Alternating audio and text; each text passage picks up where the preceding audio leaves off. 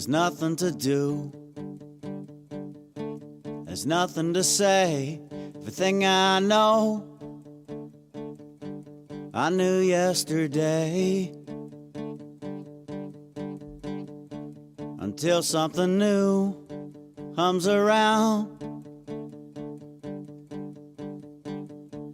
Let's go get some drugs and drive around.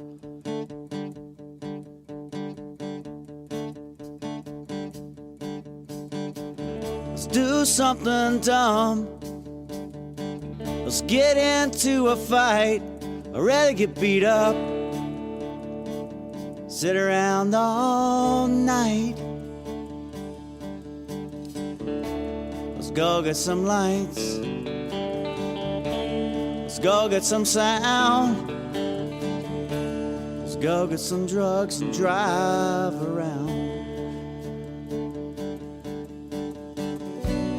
Gas up the car and get some beer too.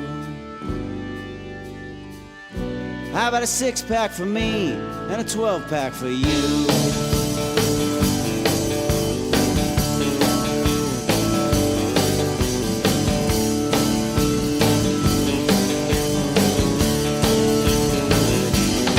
Hey man, turn off your television. When you were a kid, you didn't want to grow up and be a bum. They treat us like the morons we have certainly become.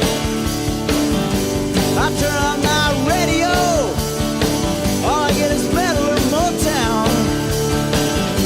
Let's go get some drugs and drive around. Ladies and gentlemen, children of all ages, are you ready to PechaKucha?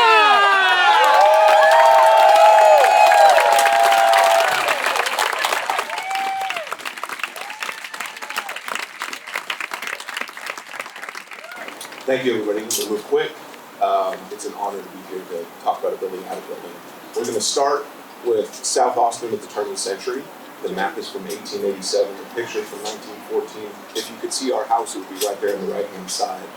This is unique because South Congress wasn't accessible until after the Stone Bridge was built in 1886. So now we turn to the 1920s, and we're starting to learn about the house. It was built in 1912, circa the kind of end of Victorian, beginning of the American four-square era, and that was marked by a square floor plan, craft-focused woodwork, a plain hip roof. It was kind of a revolt against the mass-produced Victorian era. Now we're going to dive into the people that make this story. The main character is Thomas Alonzo Martin, and this is his view as he walked to work at the Bristol every single day. He took over the Iron Front Saloon on the left of the picture shortly thereafter, and kind of lived a little bit of a tailspin life from there. Took it over. It had to move in 1919. His mom died in 1914. Prohibition hit Austin early in 1918, and then his wife died in 1919. So you kind of see the progression of big font to smaller font as he changes from a bartender to a gravel contractor. So when we saw the house, this is how we saw it in 2021. And it had been a boarding house since his death in 1938, and then an office since the 80s. And APC came back, and we thought about how are we going to bring this back to the big font energy? How do we make an impact in the city? They're a new steward, and their investments are about transformational technology. So how do we transform this? So we started with the front porch. That's the face of the city, face of Congress. And what once was a launch for hunting expeditions with the famous minstrel showman Al G. Fields, now is a meeting place for APC and communication with all of Austin. Then we turned our attention back to the screen porch on the back corner, which was a cornerstone of the American Foursquare plan, and we brought it back and recovered from all that stucco and then embraced it with a little bit of kind of neo-Victorian maximalism architecture. And so, working with APC, we aim for spaces with layers and layers of interest that inspire design and spur discussion. And at times, we border on the horror vacui, which is the fear of empty space. And so you'll notice our layers and layers and details on details. So we were working on the house, and you can see this is kind of cramped. And Victorian but not well detailed, and so we uncovered the staircase, and it was framed with new lumber, and so we thought, well, let's bring it back. Let's add detail here, let's add a sense of drama as you walk in, and give us an opportunity to work with an artist for this two-story art installation we'll talk about in a minute. And then we start working through the rest of the rooms, and imagine coming back to some of these rooms after a late night party at the Iron Front Saloon, and you're a tired cowboy, and come back to the proprietor's house after everything's closed down, and you have these wild rooms. And so APC, we were trying to capture that energy and intensity and inspire the visitors and staff. And so the design started to develop into kind of a cabinet of curiosities, and that's from the German Wunderkammer. And it's a collection of wondrous and exotic objects that is kind of the intersection of science and superstition, and draws in the attention, and it's is wonderfully complemented by the craft and the precision of the craftsman, and we hope that each visit inspires the visitor to take away an experiential souvenir. And so we really responded to the art and craft and honesty in the materials, and that's evident with our client as well. Side note, we hope the inspiration carries to the eras, kind of like the kin of Lon Martin. So his son, Zeno, was drafted in World War I and then became the Austin City physician. Daughter Johanna became a school teacher, and then moved to Jonesboro, Arkansas, which is the hometown of my sweet wife, oddly enough. So now we're going to dive into the details to make this fun. This bathroom design, the wallpaper and the tile and everything kind of gave a 1920-ish bar bathroom vibe. And then we found this ad in the 1906 newspaper where Lon was appealing to the new crowd. Then we focused on the craft, and this is a leather reception desk by Ambrose Upholstery, and also our red heron speakeasy door.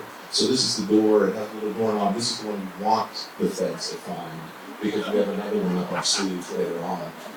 Then we worked with this amazing group out of Atlanta, Metal Union, and we drew inspiration from these castings from the turn of the century, and then they turned our ideas into reality with TIG welding and a lot of skill, and you can see that in the fireplace and the detail there.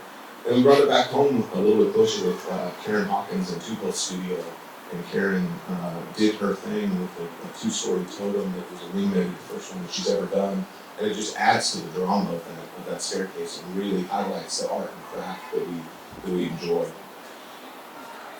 And so this next one is the final nod to Lon and Speakeasy, and it's in the back building, and it's a true bookcase speakeasy to the blue bar. And so this is the one that the feds don't find after we've already busted the front one, and we found a couple of other little tokens that were good for drinks at Lon's bar before it got shut down for regulations. So I wanted to take note of that. This was only possible with a big team, big font. Chet Morgan, Aaron Hamilton, Julie Klosterman, Lee Nazareth, Jeannie Briggs, Ashley Skipper, Fatima Betts, John Shane, Kevin Matheson, Justin Bramber, Ariel Shaves, Karen V. and also APC, Big Farm Energy, our main contacts with Jake Meadow and Lauren Muse, then Daryl Arglo, the project manager, Burke Group, AYS, WGI, Shademaker, West, Acton, and beautiful, beautiful tile by Chase Daniel. And also our custom fixtures at the end. So.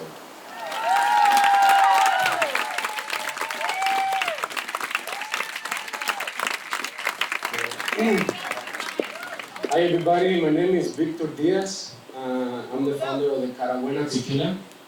So, my background, I'll tell you a little bit about my background. I'm bartending my whole life, since I'm 15 years old.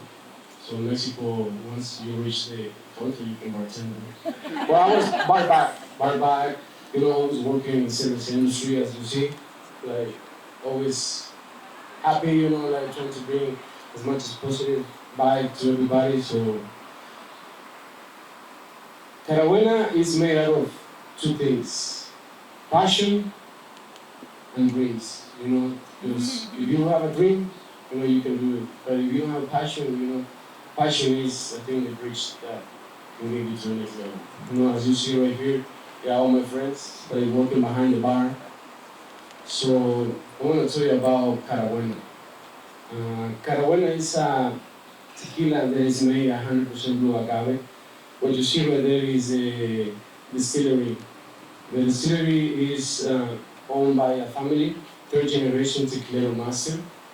I met him long time ago because I'm from Jalisco, Mexico, where tequila is made, or at least 80%.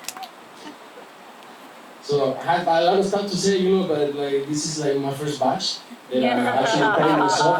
Like there's family around, like helping me to have my dream come true. So this is like the first 300 bottles that I brought to Austin to show my investors and the people that I want to have a tequila business. Like I say, I've been bartending my whole life. So as a bartender, it helped me a lot to networking, trying to meet a lot of people. So on my way, I find like really beautiful people that made me my dream a little bit easier. So I sponsored a family in Jalisco for 10 years, like working extra shifts, like I was like, this is what I want. This is what I want to do. But the most important is someone that helped me to find what I want to do, and that's my wife. I don't know if she's here, but she was pushing me so hard. Like you have so much stuff to do. So I'm bartending. I have a dream to have my tequila business and make it happen. Like I said, I sponsored this family for 10 years. It was a long process, but I never give up. Like family, friends, and other people that are like, man, you're crazy. How you want to do your own tequila business? It's like so hard, like having the plantation and stuff like that. But like, man, like everything is possible, like if you really think about it, like everything you thought is possible, and it just happened to me, like here's the proof that I made my tequila. Now I'm a brother of Austin, like only Austin, so I'm in the game.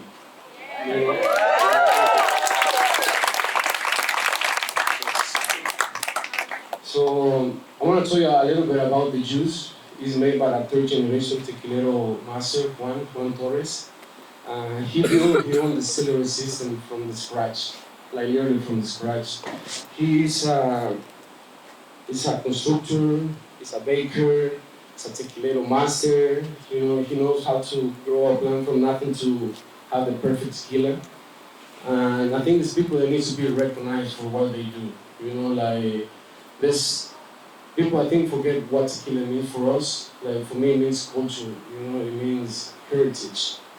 And right now having celebrities, I don't want to say names, but it's killing the culture. And I'm on the opposite. Carabuena brings people together, it brings dreams, my bottle is a hand-blown bottle of recycled glass, so everything that I want to do is made and produce in Jalisco as you said, tequila. So this is the family that built my dreams.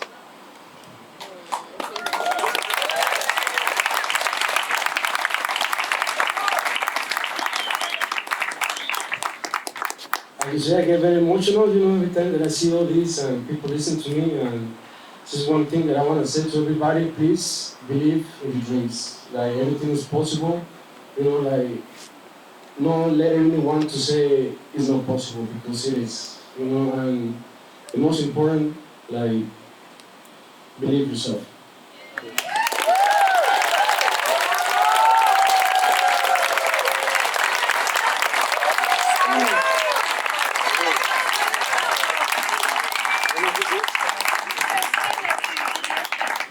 So this is my logo, Carabuena Tequila. That's Voyles. That's half human, half animal. Pietzsch, he's the one who created my label. He's a friend that I know for many years through my wife. And he created a beautiful label. Like I said, what I did is putting all the dots together, bringing the distiller, bringing the guy who's going to create the label, bringing the family who's going to do my bottle, so... Victor, what is that guy right there? Say again? What is that? This is a Nawal. Half human, half animal. It's a shifter. Did I say it right? It's a shifter. So half human, half animal. So we believe in transformation. So Carabuena is a true spirit of the Mexican culture and spirit. So it's good to be.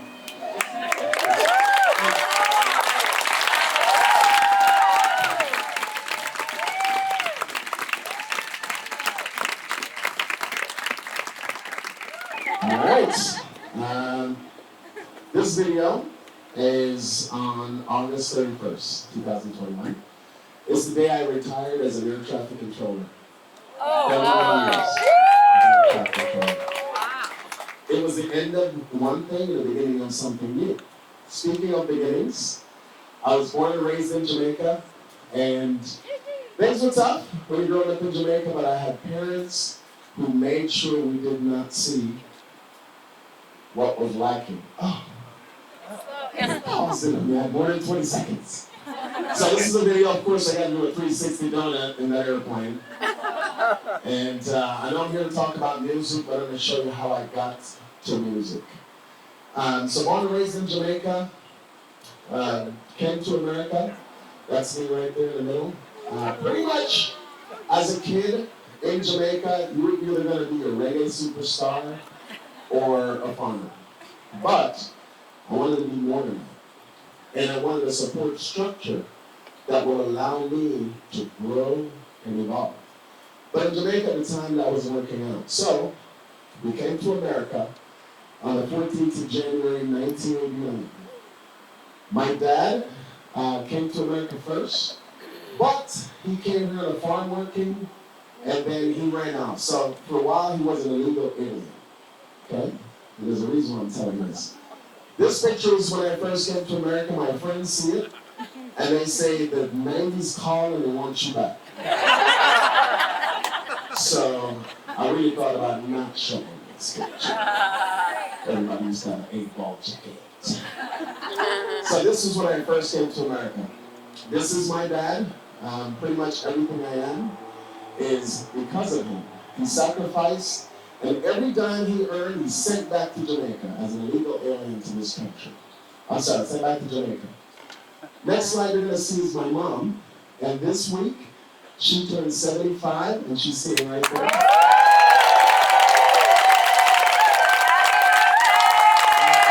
Everything I am because of my mom. And now being in America, I said to myself, I want to go to college, but I could not afford it. I worked at Kentucky Fried Chicken because maybe I can earn enough. Not gonna happen. So I joined the Army. That is me. Joined the U.S. Army, and you don't know how proud I was to be part of an organization that was so incredible. The U.S. Army. So proud. Even though I was citizen to another country, because I was still a resident alien. That's me again. So I was so proud. And of course, I served all over. I was in Germany, I was overseas, traveled all over the world. I was pretty fortunate. So, thank you to the U.S. for providing a platform like this and support so I can be anything I want to be. I was an air traffic controller in the Army, and that's how I started. Of course, I can't remember what the next slide is. So I have to wait till it comes up. Right? I'm trying to do my time. So that is in Germany. Now, I learned how to fly an airplane because I said, air traffic controller, I gotta learn to fly. Ended up buying an airplane. This is a World War II Chinese trainer airplane. So this is mine. The picture on the right is me. The picture on the left is me. But what I ended up doing is I use my talents for everything. I learned to DJ. I started a DJ company called Texas Pro DJ. We were about 500 events around the world. I was just in Thailand DJing, going to Croatia next week in France to DJ. And so successful, I said to myself, I need to give back to my community. And that's when I started the Dub Academy. The Dub Academy is located on the east side of Austin. What I figured out was, in Austin, you can throw a rock in any direction, find a guitar teacher, a drummer, a keyboard player, but no one was focusing on the electronic music. So that's what we did. And we found out there was a bunch of kids that really wanted to learn, but they couldn't afford it. So we started a nonprofit arm, and we provide after-school program. We have summer school that we do for kids. We work with the Boys and Girls Club to try to, enhance their youth arts initiative. So that's the purpose of W Academy. We're going to see the next slide. This is when we're at the Boys and Girls Club. Man, it's windy. You talk 2 seconds. That's a lot. This is at the Boys and Girls Club. And I challenged the kids. I said, hey, man, write a song without using the F word or some other curse word. And it was really tough. And I'm like, what did you realize about yourself? You're way more articulate than that. I found we were using music to talk about real issues. Like, why don't you listen to your mom? Why not listen to your teacher? So, my talent is music. My talent's aviation. My talent's people. This next slide is of a kid that I give a ride to in an airplane. I would give anybody a ride in an airplane. We loved it. We went upside down. We did the most. We loved it. I'm a part of a Black Pilot Association trying to bring aviation to the Black and the Brown community. Because I go around and I don't see anybody that looks like me. That's frustrating. This is Jonathan. After this, Jonathan died 6 months later.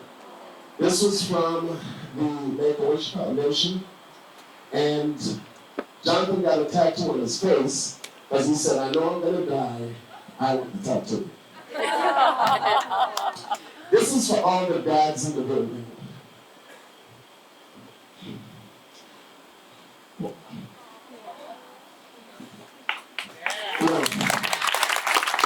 I want to decide to put in place. I don't know because of him. This is a relay. I want to continue cancer sucks. And I'm here to tell you, even though I'm departing, I'm ready, Austin. Thank you so much.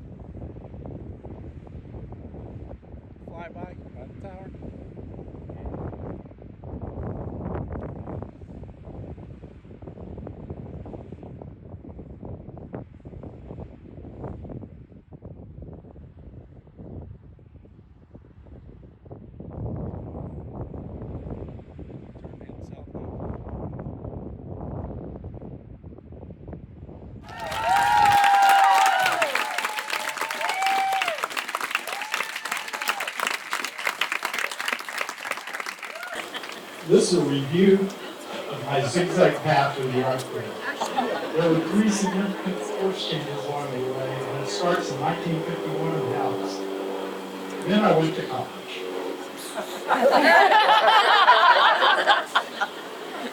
At North Texas in Denton, I decided to major in advertising art with a minor in psychedelics. And despite these kinds of artwork, I was able to graduate and get my first job at one of the largest advertising agencies in Dallas, the Bloom Agency.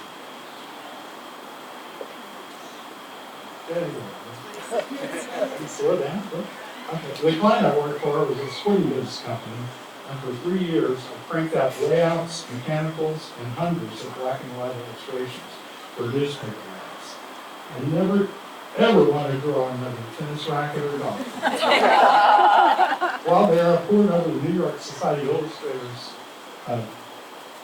annuals and found out one of my heroes was in Arlington, Texas, about 20 miles away. He was Dyal and Kunz. He was one of the top illustrators in the United States. And he had a studio called the Sketchpad. for about 10 young artists called Elves. It was like a Renaissance RTA with apprentices, and we would learn technique from the master. And while I was there, I got to do book covers, and that was my first illustration that got me the Society of Illustrators annual. All right, and these are some of the illustrations I've done since I left. But we were working at minimum wage 60 hours a week, on call 24/7, keep the flow of book covers and magazines going through.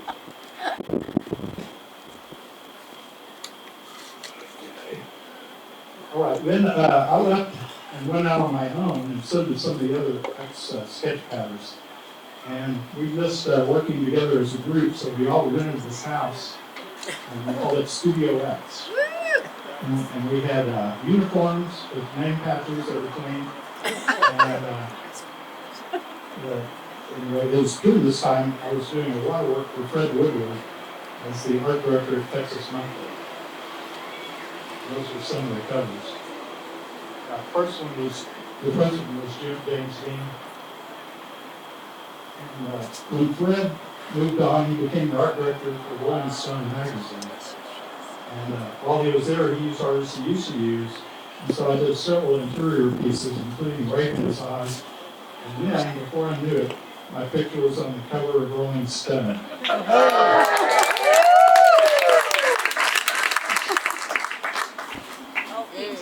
DJ Stout became Fred's replacement at Texas Monthly, and he asked me to take part in his first cover. All I did was paint a creepy smile in the mask for Robert Bashir's photograph. That cover turned out to be the highest selling cover for Texas Monthly until that time. I did other covers and interior pieces like Killer Bees. I also painted lots of floating things during my time for 20 years. But I got tired of the grind of being a freelance illustrator and burnout, and the thrill was waning. It's about that time, artist friends of mine in Austin called me to tell me that they were hiring artists, all the old hippie poster artists in Austin, to work at Barrington Systems, which was led by Richard Gary, and his famous for the Ultra Online things. And let's see. Okay, that was the first game I worked on, shipped on 9 3.5-inch floppy disks. Wow, that's great. And we were using 3D Studio to do game objects. And we didn't have Photoshop, it was a proprietary texture. And then I moved to Digital Ambient, which was run by Chris Roberts, who was a Pentagram thing. And while there, I worked on a car game, and I did lots of objects. This was made in Maya, 3D Maya, and we had to do the meshes and the textures.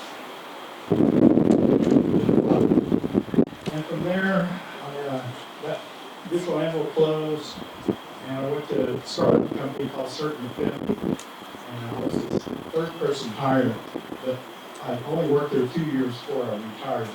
And now they have over 200 peoples in studios in Austin and Toronto. So I retired and moved to the hills. And so I started painting hills. But I was only 57, this was in 2008. But I sold my Austin house and I had a little cabin on 10 acres. And I decided to go back to painting and not use any computers. And I painted a lot of cactus. Just to get back in the swing, I hadn't painted in like 20 years. So those are just variations of things. And then this is a little more serious than Enchanted Rock. It's 3 feet by 4 feet acrylic on canvas with my good friend Brian Jesse. And, so the other stuff is very whimsical. This is a little more serious, but I made it stormy and enchanted looking. And I just sit around and draw trees and plants and stuff. And I have no stress except for this. I've been writing this, so I couldn't read that. But anyway, so So I'll be going back to my cabin on 10 acres. That's it. It's called Shangri-La Loma. Mashup of Shangri-La and La Loma, which in Spanish means the hill. And it's on 2,030 feet altitude. And that's my painting I've been working on for a year. And that's it.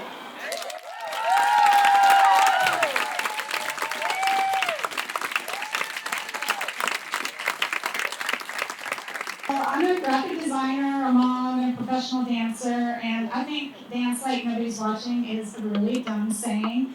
That's why it's always in terrible fonts. I grew up in Garland, Texas, where the vibe was that the only dance that grown women God truly intended was to be dancing as a Dallas Cowboys cheerleader.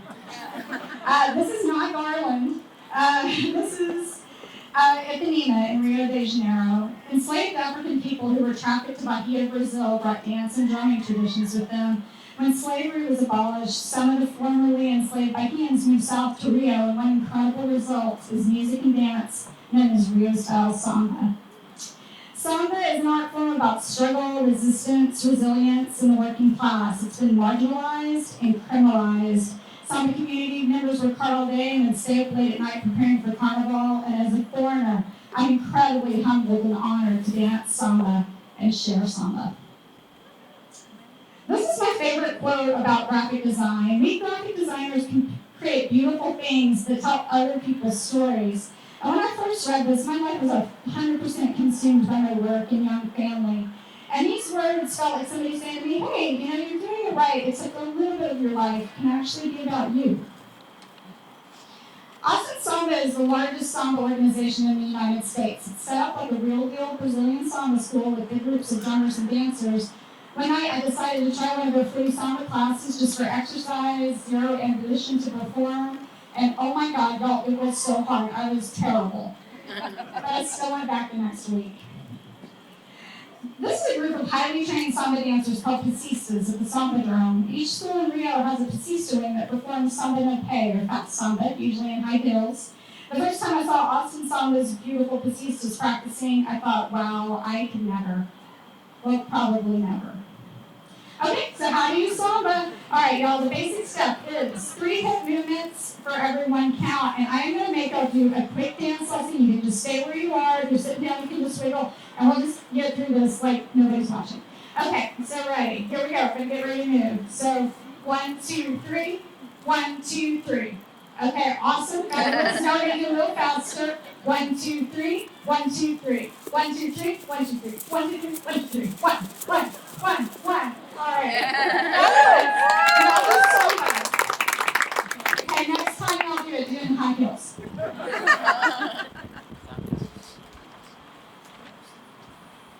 So I kept practicing and going to rehearsal, practicing at home.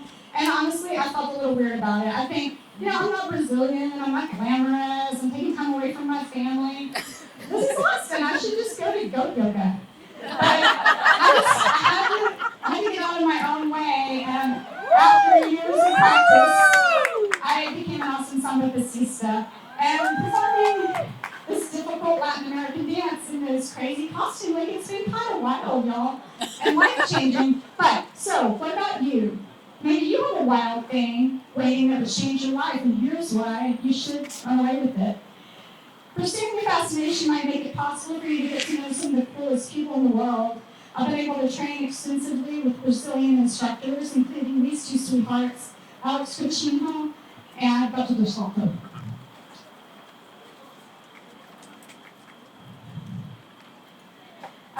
So we also might make your family happy if you're making yourself happy. This is my West Texas engineer husband after I just performed and he is my biggest supporter, even though for a long time he thought I danced salsa.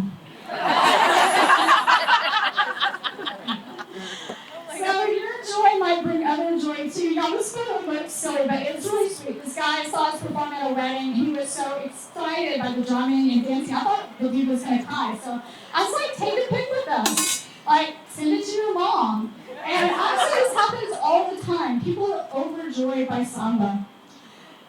So your weird thing might get switched you passes to ACL. In fact, it might get you on the stage. In 2022, I performed as a backup dancer with Leslie Renata, and it was just as cool and fun as it sounds like it might be. And I felt like I was really smart to perform at ACL, even though I don't sing or play any instruments. So your crazy thing might get you through a hard time. When the pandemic hit, dance studios were suddenly parks and parking lots. There are also Rio Zoom classes. Direct from Rio, I started taking classes with Alex Pietzsch and this worldwide group of samba dancers in this intense training that just would not have been possible without the pandemic. And lastly, your amazing wild thing might take you away to a faraway land. In Rio, I traveled twice extensively, stayed for a couple of weeks each time. And it's just been, I would live in a little apartment in Ipanema, go to the beach, work, listen to the sounds outside. I finally got to meet all these women that I've been training with for all this time, which Alex Pietzsch had named the Poderosas, which means powerful. And we explored Rio. We were in the Samba Dome and also the twisty little neighborhoods up in the hills where karaoke's have the best views of Rio.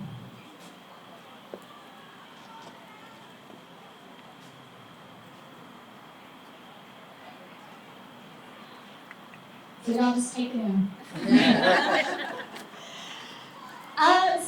I was putting all these pictures together, I was just like, wow, I'm so lucky. What a life. But because I'm a graphic designer, and when I make things, it's not about me, it's about somebody else's story. This PechaKucha is not about me or even about samba, it's about you. And what could your wild thing be that's whispering in your ear? And whatever it is, let it choose you.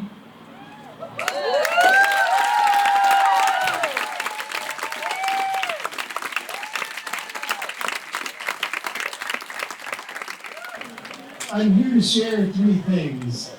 The story of my accidental entry into the art world, how a conversation with my right and left hand changed my process, and how I use my art as a practice to stay centered.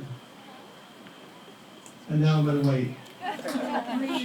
This is my workspace. I come to work with no plan in mind, and I approach my artwork like a meditation practice. The most important thing to me is showing up and then getting my thinking mind out of the way of my process.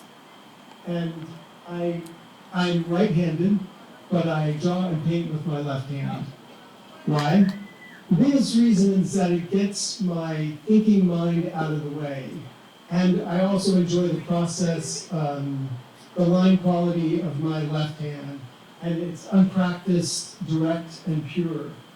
But this process has a backstory that's full of happy accidents and open doors. So I'm gonna head back a little bit and talk about some of those.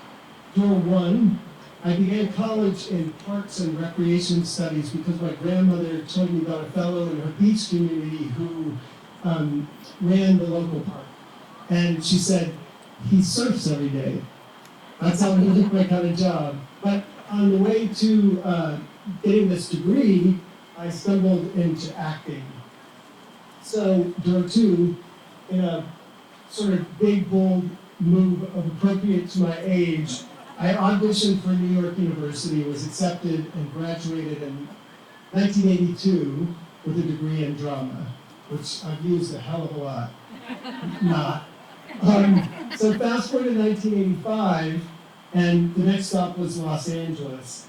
Door three, I moved into a home in Laurel Canyon where a previous roommate had left art supplies. So I moved into this house and there's art supplies already. So I started messing around with these materials, at first playing with shape and color and then doing more figurative work. I also realized as I was moving along that I was exploring, I was exploring and seeing some of my emotions come out in the work. A new city, new friends, marriage, divorce, grief, sadness, failure. And then door four, is in the late 1980s, I was asked to do a show at Parachute in Beverly Hills, which was a trendy clothing store. I knew nothing about anything about the art world, so I said yes. I framed a bunch of work, sold a bunch of it, which I learned later on would not always be that easy, but it gave me the courage to focus on art over acting. And then I met PechaKucha, who was a writer on books, on journaling and inner child work. And I went to one of her weekend workshops, and this is the first time I dialogued with my right and left hand, and a really interesting and exciting voice came out. So back in my studio, I started using my left hand in the work.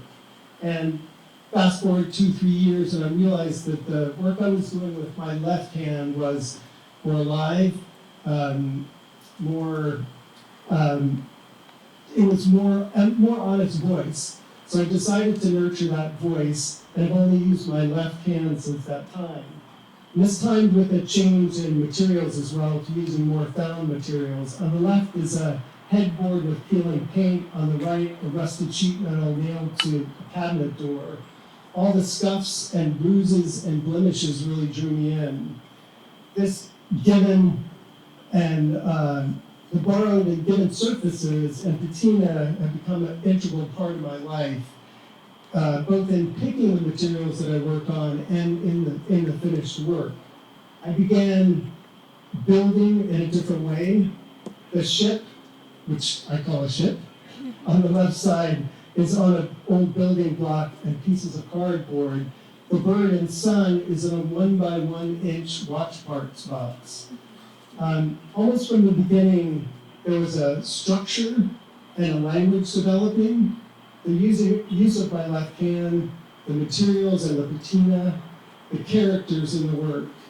And then on to the next door 6. Before a show opening, I was asked to write the numbers for the pieces on the wall. As I did this, I also drew some hidden drawings around the space. A guest during the opening said to the gallerist, "I really love the little drawings." To which he said, "What little drawings?"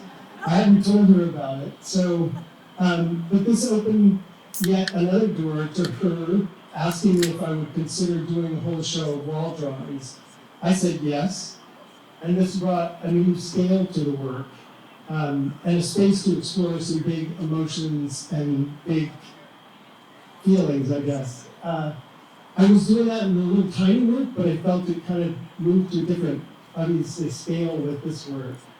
And the characters in the work, a bird, an elephant, a person, a coffee cup, they're all part of a story to me, one that, to me, often asks, how do we not struggle, suffer? How do we not go kicking and screaming through life?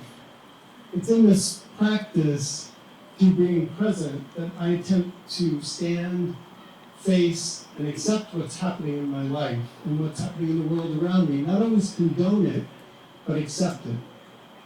So this process is centering for me, and it's my way back home. And I guess my hope is that the work may offer a door for others to touch that space within themselves. Thank you.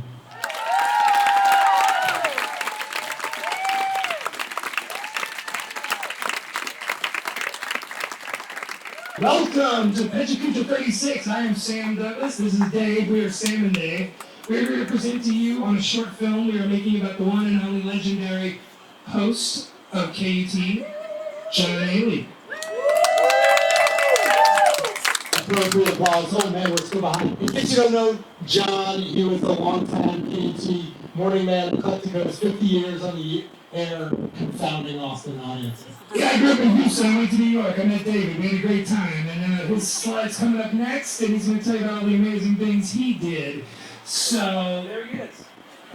He's a filmmaker from Houston, Texas. But I'm from Long Island. That's me in college, film studies degree. Right after this, I moved to Austin in 2000 and started my second film degree at UT, where I was in the same building as KUT, with John Haley, which is how I first got to know him. And I first got to know David at the Slam Dance Film Festival in Park City, Utah in 2006. For those of you who don't know it, slam dance is like the punk rock version of Sundance. Fortunately, David and I got to go to Sundance later, but needless to say, we created a real strong bond and decided we'd start partnering together. And the first thing we partnered on was a documentary about Katy Friedman. We ran for governor in 2006 and edited, directed, and I really wanted to work with a Texan because I think place is so important to storytelling. We spent a year in a closet together where we cemented our creator relationship and found our love for John Ailey.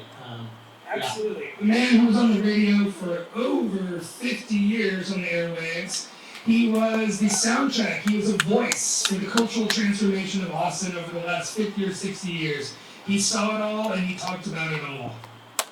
And so since then, Sam, we've made a bunch of films. They played around the world. They've won a lot of awards, Emmys.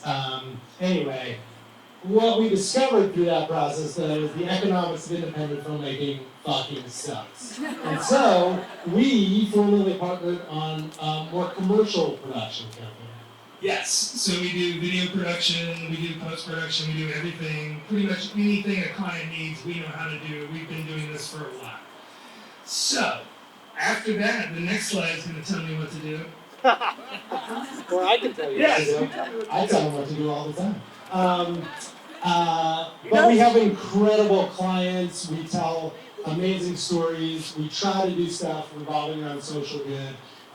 The biggest thing for us is working with people we really love to tell important stories. And so we've had a lot of great commercial success doing that while also leaving space to tell the stories we want to tell and working with partners we love. Yeah, great partners like KUTX. So the wonderful people at KUTX, Matt Riley and Debbie Hyatt, brought us into the fold. We brought the whole team on board. KUTX has bought in. They love this film idea. And there he is. We're shooting with him right now, and David's going to tell you about that. This was our first official production day. We interviewed John in his home, and visually that's like what his brain, what his radio show was like. And this was really like a highlight of my career, spending 2 hours with John where he gave us a personal radio show. And if you don't know anything about John Ailey, you need to know he was unscripted. He was completely fly by the seat of his pants, stream of conscious. This guy had a show that ran for 6 hours a day for 20 or 30 years. He's been on the radio for over 50 years. He's obsessed with music. He promoted Austin performing artists endlessly. When he passed away, there was an amazing outpouring in the community. And although John didn't make it as an opera singer, which was his original intent, he made it with his voice. His gift was his voice, and he shared that with the world. And hearing his voice always made me feel like everything was okay with the world. And production goes on. We filmed his estate sale. We recently filmed at KUT with a bunch of his collaborators, other radio hosts, one who you're about to hear from. She's amazing. And we're going to film with opera singers and recreations and do a whole bunch of cool shit. And maybe this guy, Robert Plant, in case you don't know who he is, one of the biggest rock stars in the world. Robert Plant, Led Zeppelin, was a huge fan of John Ailey. And John Ailey was a huge fan of his, and there's amazing stories about their connection and their fascination with each other's work, and we hope to bring that to you as well. And what that is a short film, a 30-minute short that'll play on PBS, on KUT's website, and film festivals, and really hopefully a bridge from KUT, Austin's past, into the future. And what we're moving forward with doing is trying to incorporate the community, y'all. If you have any John Ailey stories, ephemera, if you want to donate to our Cash money, baby, cash money. that would be amazing. That's right. But really, we want to let John's words finish this out. So here he is. The sacred moment is upon us. Everybody's ready to start? Okay, let's go. What do you want to ask me? So what kind of preparation would you do for a show? Almost none. And now, John Ailey. And this is a song by U2, of course. And the lead singer, Bono, is from Detroit. Did you slip up up and use any four-letter words on the air. I must say that I never did. Shit, fuck. I never got fired for it. How about that? If you had told me when I was 17 years old that I would spend my life on the radio, I would never have believed you in a million years, but here I am, talking to you. Talking to you, which I just love to talk if you haven't figured it out. This is John Ely on Eclecticos. Keep listening to your Austin music experience. Thank you for listening to us. We appreciate it.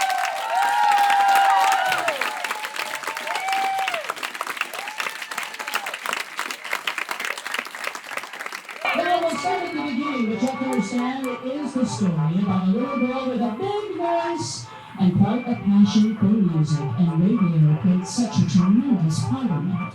Radio was the story of my life since that girl was in pigtails. I came to Austin from El Paso, Texas in 2002 with my love of music and experience in public and commercial radio. I prefer public radio. No job prospects, but KUT's spring pledge drive was underway, so I showed up as a volunteer and said, "Here's my resume. Take me in." They thought about it. So eventually I began subbing for afternoon host Bob Branson on weekdays during All Things Considered, and after working in nearly every department at KUT, I landed a late-night Friday music show. And from Teresa Ferguson, I inherited something called the Austin Music Minute, promoting shows around town. The gravity of the situation had not hit me yet. Don't get me wrong, this is amazing work, and meeting some incredible people along the way in the video game, it is fantastic. But I was still learning a lot. I had a long way to go in terms of skill and technique. Look at me, really awesome. Still can't believe that ever happened. All I can say about this, right here, radio delivery, I speak from the heart. What you hear is what you get. Goofy and stumbling and dorky and nerdy, but the love for the music is real. My first nomination as the Austin Music Industry Awards Best Radio Personality was in 2016-2017. Don't be fooled by that rock star. Anyone can look like one, but anyone also can use a voice. To be a triple threat in broadcasting, work behind the scenes. I'm an editor, I'm a producer. From feature stories to interviews to the Music Minute, that is all me doing all the work. No one does it for me. I call this the shot seen around the world. It was indicative of something much bigger happening, the reason we now have our music station that you know today, KUTX. People began paying more attention, not just in Austin, not just in Texas, but across the country and all over the world. They're listening to us worldwide. I took a few journalism courses in college, but to me, public speaking is a unique beast. I've been doing it since I was a kid.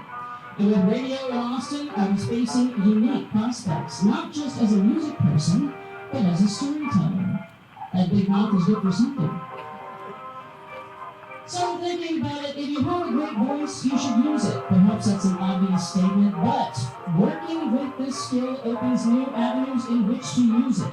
And thanks to my mentor, voice actor Lady Fraser, I was about to take this talent to many different levels, and was pretty damn excited.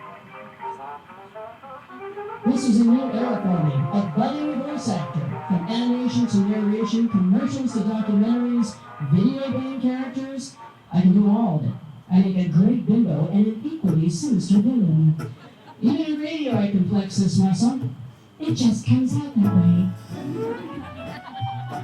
Something I wasn't expecting from this experience, stepping in front of a camera. Here I am on the set of Two Step, a film directed by Alex R. Johnson. My presence in radio actually led me to appearances in film. Now the handful of roles to my credit, there may be more on the horizon, because I am a big salty fan. There are rules to radio broadcasting with the technical details that keep us afloat. You follow the guidelines, but what makes KUTX extraordinary is a natural tone element. Our personalities, a genuine presence, a passion that's real. And it's not a recording. These are real people talking to you on the daily. From the Red Agricultural District to East 6, there's so many South by Southwest ACL festivals working with Project HX6, Sonic Guild, Sims, and Ham. And it was out there, connecting me to more in the music community and the community at large. And after through the insanity of local and national politics, the frightening uncertainty of the deadly pandemic, freezing weather leading to extended blackouts, I learned all about the importance of keeping it real. People turn to the real voices on the airwaves. It gives them comfort. It makes them feel much better. No one will notice me. So where to next? Something I've been gnawing at me since late 2018. I began working on an idea, a conversation started that had gotten some visceral reactions and left others quite silent. You know, I understand that the world does not need another podcast. But this inspiration marked the start of yet another facet of my career as storyteller and producer. Another intriguing chapter of a bewildering but fascinating and potentially dark subject matter. Dark? My favorite! So let me tell you all about it. The title of this wonderful thing, SPF 1000 Vampire Sunscreen. Featuring art designed by my good friend and fabulous artist Dave McClinton, and produced and hosted by yours truly. Oh yeah. The name comes from a remark my friend Chris Beck made about Jack Whitehorn Center. Gee, I hope he's using his SPF 1000 Vampire Sunscreen. It's not a music podcast, and there's only one question for each of my guests. What is the darkness to you? You listen to the stories and get some incredible insight, and soon you'll have your own answer to this very haunting question. Honey, it's a lot of work doing a podcast. Oh. I made 4 episodes that currently have a haunted home on SoundCloud. You know, there's much to be done in building it, and that includes a website coming up. The radio takes up most of my time. I recently celebrated 20 years of working with Katy, the organization, and radio will always be a part of what I do. I can't wait to see where my voice takes me next. For now, I invite you to support my podcast. I am looking for potential supporters who may be intrigued by my dark vision. I pursue new roles as a voice actor. You know what? I won't stop playing music, I never will. And always heeding this wisdom to behave.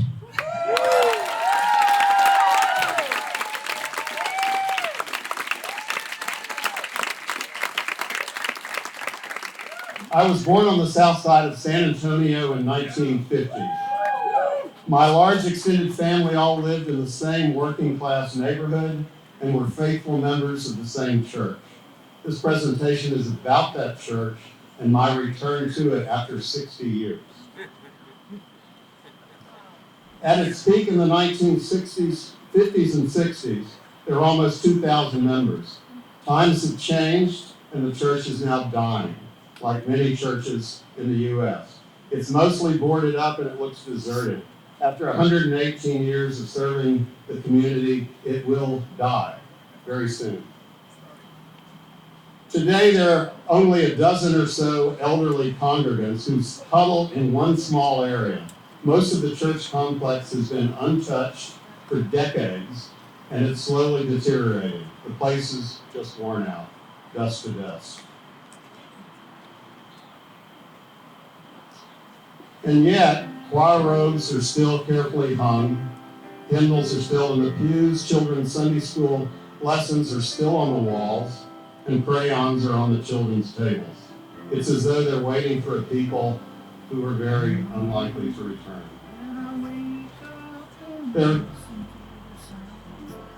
There are many thousands of artificial flowers everywhere from long ago weddings and funerals. Even covered in dust and strewn about, they lend a certain beauty. No one can bear to throw them away.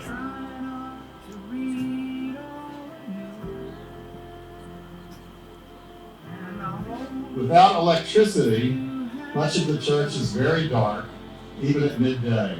But some areas receive beautiful light, filtered through stained glass. A few windows are missing, and birds fly in as they wish. There's exposed asbestos here and there.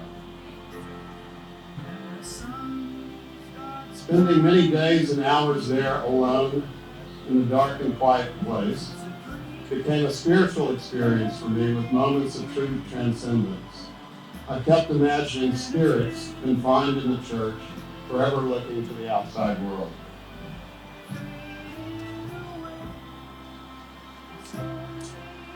I often did feel a profound presence of people or souls as they moved about. Perhaps there's more going on than we can understand. Rational truth may be overrated. Mystical truth or poetic truth may be more important. I wrestled with faith and with doubt. I kept yearning for something, maybe the presence of God. I fantasized that I might see my mother one more time in one of these darkened rooms if I just kept looking. The real world seemed remote. In a way, the photographs are not what's important. I'm trying to look through the photographs for something else, but I keep brushing up against a veil I can't see past. I'm cut off from the mystery. Well, the cars rumble over his head. An airplane leaves a trail in an empty blue sky, and the young birds call out to be fed. It's a dream, only a dream, and it's fading now.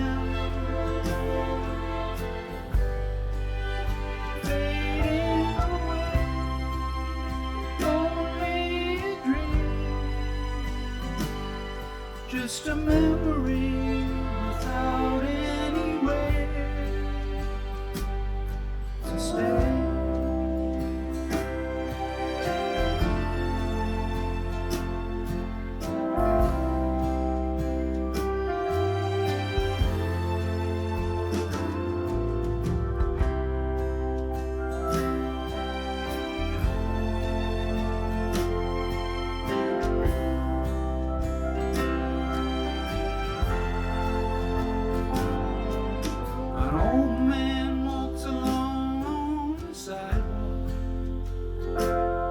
Sunglasses and an old Stetson hat. Fall winds blow the back of his overcoat away as he stops with a policeman to chat.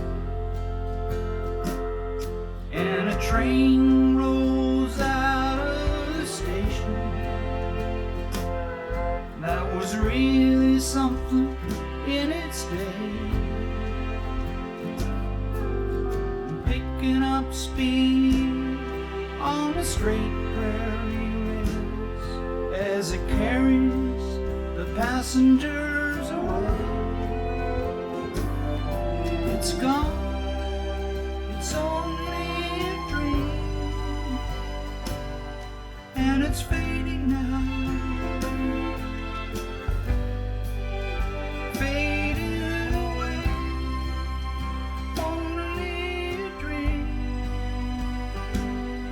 Just a memory without anywhere to stay.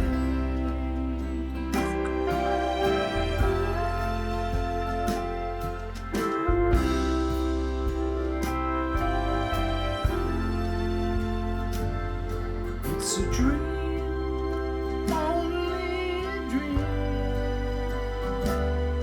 and it's fading now.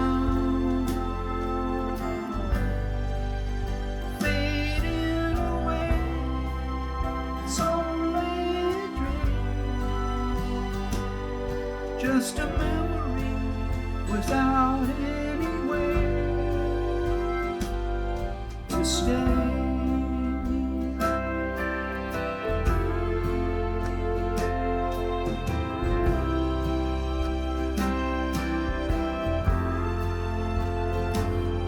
It's a dream, it's only a dream, and it's fading now.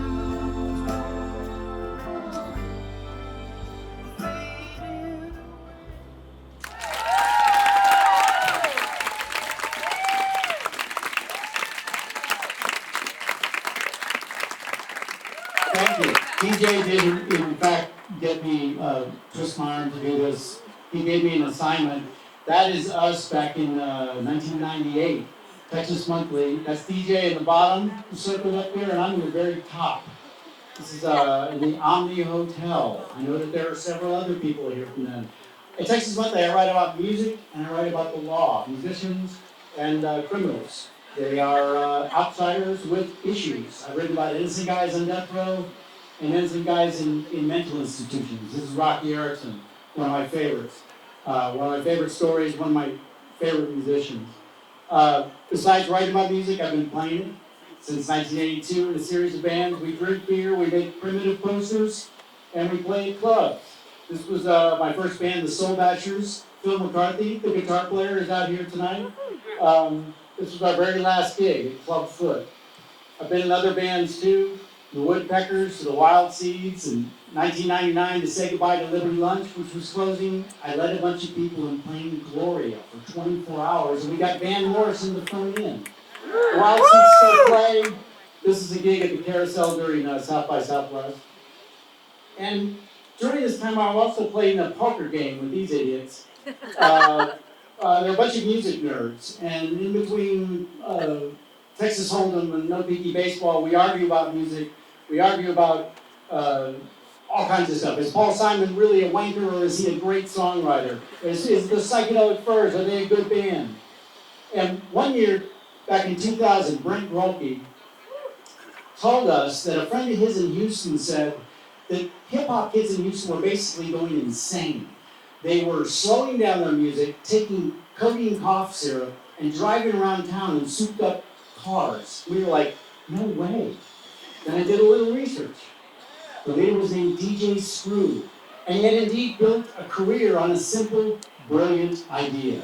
Slow everything down like taking a 45 record and playing it at 33. And then he put it on tape. The music sounded like nothing I'd ever heard. I mean, it sounded like the tape machine was eating the tape and we were entering another world. And I didn't get it, but I really wanted to. So we're kicking it down here, first time blowing beers, drinking syrup, riding candy, you know what I'm saying? So Screw's tapes and CDs became an underground sensation. So popular, people would drive 100 miles just to his apartment to buy them. He was this mysterious outlaw hero in, I read, the most vital music scene in Texas. And I was like, are you kidding? Austin is the most vital scene in Texas. No way. So a month later, Screw died at 29 of a codeine overdose. His name was Robert Earl Davis Jr., and he died in Smithville. And he was getting buried at Mount Pilgrim Baptist Church. So I went to the funeral. I introduced myself to a bunch of young guys in extra large t-shirts. And my favorite stories are when I get to go into another world, an alien world to me as a complete stranger. You know, death row, small town East Texas, the south side of Houston.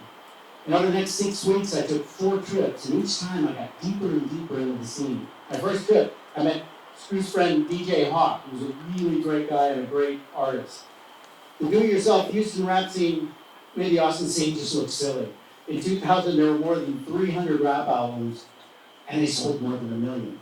This guy, Big Mo, sold 100,000 units of this. In Austin, if we sold 500 units of anything, we were grateful. Every trip, I discovered more about Houston hip-hop. I discovered slabs, swanging and banging, and the drug of choice, codeine cough syrup, which was mixed with soda pop, poured over ice in a styrofoam cup, and called lean, because if you drank enough of it, you would start to lean. There was a lot of leaning going on in Houston. On one visit, I sat in a room full of rappers with this guy, Mike D, and some other guys, and I said, how important is syrup to the street music experience? And Mike D said, do you want to know the truth? I said, yes, Mike D, and he smiled and he said, it's everything. And we all started laughing because we knew that was the truth. I put together Screw's life, dropping out of high school, moving to Houston, one day accidentally hitting the turntable speed knob and slowing everything down. A friend offered him $10 to make a tape. Then somebody else did. A star was born. Screw would call out the names of Houston neighborhoods, get his friends to rap, slow everything down, cut it up, record it onto a cassette. He sold so many, and there were so many people making bootlegs of his stuff that in 1998, he started his own place, Screwed Up Records and Tapes on Collins Boulevard. Screw was famous. His name was a verb and an adjective, but he was getting more and more screwed up, more and more into coding, making fewer and fewer tapes, and fans were complaining the tapes just weren't as good. So finally, on November 16, 2000, Screw OD'd on codeine. Now, I knew that drugs were dangerous, but I also knew that to really get the music, I had to get some of that lean. So by my fourth trip, I was scoring codeine at midnight in a parking lot on the south side of Houston and heading to a listening party. And bang, all of a sudden, the syrup made the music richer and more fun, like drugs have done with music since the beginning of time, with jazz, with rock and roll, with everything. We published our story in 2001 with DJ doing all of this stuff. And over the years, Screwed music led to genres like lo-fi hip-hop, slow to reverb. Everyone from Frank Ocean to Beyonce has released Screwed songs. In 2021, the Contemporary Arts Museum of Houston did an exhibit on him, and last year, a bio came out. The underground rap superstar, the high school dropout from Smithville, Texas, had become a full-blown music icon. At Texas Month, they've written about a bunch of Texas music legends, men and women whose body of work is so influential, they're known by one name, Willie, Beyonce, Lightning, Towns, Rocky, and Screw.